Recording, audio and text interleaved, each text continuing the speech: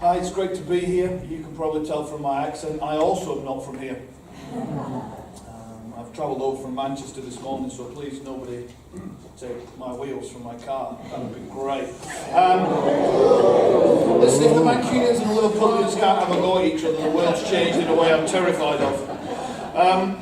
I'm the chairman of Church Response for Refugees. We shortened it to 4 refugees, simply for brevity. But we're called Church Response for Refugees, and the reason is that we work solely with local churches. I'm a pastor of a local church and in the city centre of Manchester, and we're in the process as a local church of going through the filling in the forms. So as Bekele said, yeah, they're forms, and they're government forms, and the beauty of them is, because they're government forms, they follow formula.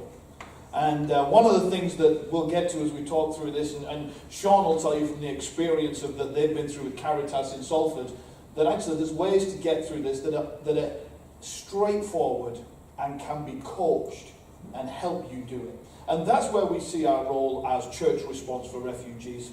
For me, everything rises and falls on how we lead what we do. And the story that Bekele told you from 1979 of Canada actually was one lady, a lady called Marion Dewar, she was the mayor of Ottawa. She saw those Vietnamese boat people on the television and said, what are we going to do? And got so passionate about it, she went to the Foreign Minister of Canada and said, what are you going to do? Because it's always going to be someone's responsibility. The moment we make it everyone's responsibility, nobody does anything. You know that and I know that. We've lived through that enough times. And so the Foreign Minister said, well, what can you do? And she said, we'll take 4,000. So with no infrastructure ready, no plan in place, no finance in place, one lady made a decision, made it work. And then Canada decided to take another 4,000. And she said this, we'll take that 4,000 as well. And began the process of community sponsorship. For us as the UK, we've been on a process of learning ourselves as Church Response for Refugees, citizens, Caritas and others have been working with government since 2015 to try and answer the question, how do we play our part? Because this is who we are as the church. We've always supported refugees. This is what we do as people of faith. We've always engaged. In the book of Acts, I'm a minister, it's got to come out of the Bible somewhere. Acts chapter 28 and verse 2. You know the story of Acts 26 and 27, that the Apostle Paul finds himself in a shipwreck. I think if I was travelling the Mediterranean and found myself on a boat with the Apostle Paul, I'd get off. There was never a time that he had a ship journey that didn't end in a shipwreck. And so he's on a boat. And 26 and 27 of Acts, the boat's going down. And then in Acts 28, they wash up on the island of Malta. And let me read it to you. Verse 2 of Acts 28 goes like this, or verse 1 and 2. Once safely on shore, we found out the island was called Malta. And then this is the phrase that captured me. The islanders showed us unusual kindness. They built a fire and welcomed us all because it was raining and cold. I think that sums up who we are as the church. We can show unusual kindness. Not just a little bit of kindness, but unusual kindness. A kindness that goes beyond the norm. For us, as we sat down as Church Response for Refugees, we said, this is going to need leaders who will lead. And so we began conversations with archbishops, whether in the Anglican and the Catholic Church, with the leaders of Methodism, with the leaders of the Baptist Union, with the Pentecostal churches, and with independent churches, and said, how can we as the church respond? And we feel we can play our part in doing this. Since the community sponsorship scheme, there's over 50 congregations from across the widest spectrum of Christianity that are in the process of applying to become a community sponsor. Right now, the 3 churches that have already taken families is an Anglican church in a place called Lambeth Palace, with a man called the Archbishop of Canterbury. He took the first family. The second family you'll hear about in a moment from Sean, from the Catholic Church, and the third family from the Salvation Army that Bekele just referred to in Merton, that are I wandered past the house the other day in Merton as I was down in London, and just the thought that here is a local church helping a family that they would never have met, yet we get to play our part. There are over 50 congregations now involved, and many more lining up to begin the process. Sean will comment on the £9,000. Let me make a quick comment. It's not about you have to spend £9,000. It's an indemnity. You're saying if we need it, it is there. And Sean will give you much more detail on what that looks like.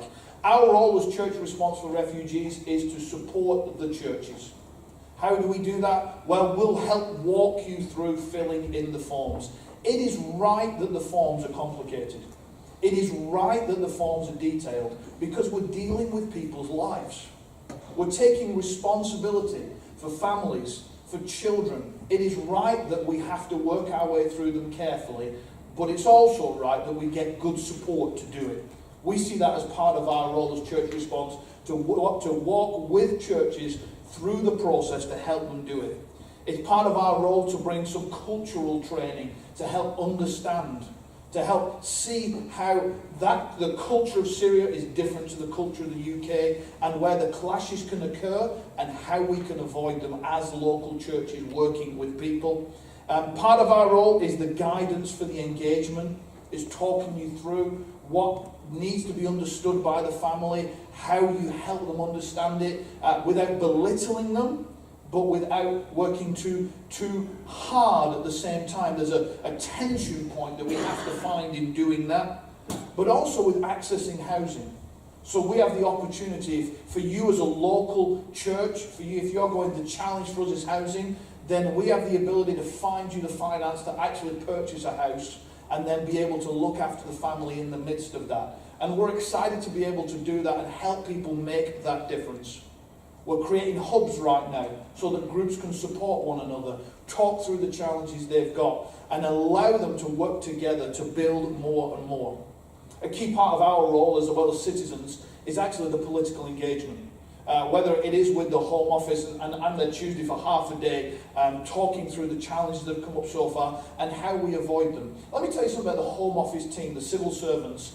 They are all paid, but they have all volunteered to be on this team. So they're not doing a job, they're outworking a sense of vocation. And when you engage with these people, take a moment to actually appreciate them for the work that they're doing as they muddle through what is a new system with a changing political landscape, trying to find a way to bring the most people in to make the most impact that they can. We also work with local authorities using our network of contacts through churches to actually enable local authorities to change their position on how they work.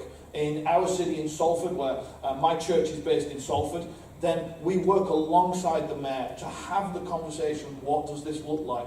How can we change this? The VPRS scheme, our city's not that interested in it because, as Bekele said, Manchester already takes a disproportionate number of refugees. But the community sponsorship scheme, they became really interested in because local authority love the idea of local people playing their part. They love the sense of engagement of that, and they want to see that more and more. So we can play a part in that. We see our role as bringing together the perfect triangle of politics, the church, and business. Because as part of the journey for a refugee family, it's getting someone into work. And so we're in conversation with a lot of the large businesses across the UK to ask them to change their policy on hiring so that there is a percentage contribution that they will give in terms of jobs to refugees and asylum seekers, because they're changing their mindset on how we transition our country to be welcoming and accepting. We're passionate to grow this scheme. Church Response for Refugees wants to play its part in growing the scheme and seeing more and more churches supporting, sponsoring refugees. So we're about to make a pledge to the government that over the next 3 years, we're looking to bring in 400 families from the diversity of the church across the UK, sponsoring, supporting and helping, and making an impact and a difference in a significant way. That will mean between 1,500 and 2,000 people being relocated to the UK, and in the process, other conversations happen. You heard Bukele say that for a family coming in now, there is a 5-year window to live here before the challenge needs to come to make that difference. That's a conversation that's in play. How do we change that so that actually we don't relocate and then they have to bump somewhere else in 5 years? That is not an acceptable position. But we have to work with government, not just rail against government, in order to bring significant change.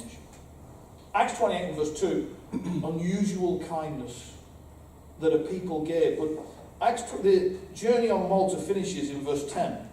And it finishes with this phrase in Acts 28. It says, they honoured us in many ways, and when we were ready to sail, they furnished us with the supplies we needed. Our responsibility is not to take our families and look after them forever. Our responsibility is help a family get back on its feet, reposition itself to be family together, to find its position in society, and then to furnish them with what they need so that they can live life well.